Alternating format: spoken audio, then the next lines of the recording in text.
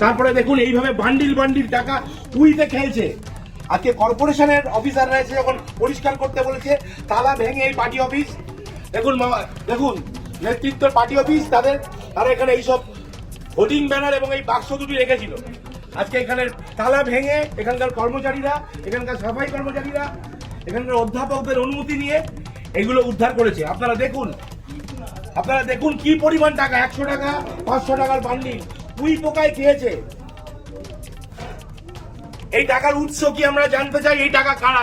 দিনের পর দিন এই কলেজে যারা দুর্নীতি করেছে, এই কলেজে যারা দিনের পর দিন ধরে দুর্নীতি করেছে, এই কলেজে দিনের পর দিন যারা টিচিং স্টাফদের ঠকিয়েছে, প্রফেসরদের সঙ্গে গুন্ডামি করেছে, তাদের প্রত্যেকের টাকা এটা।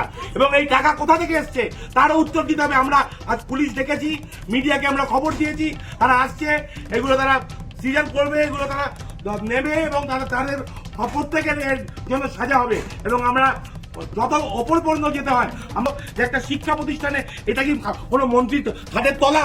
আপনারা ভাবুন, লজ্জার বিষয়।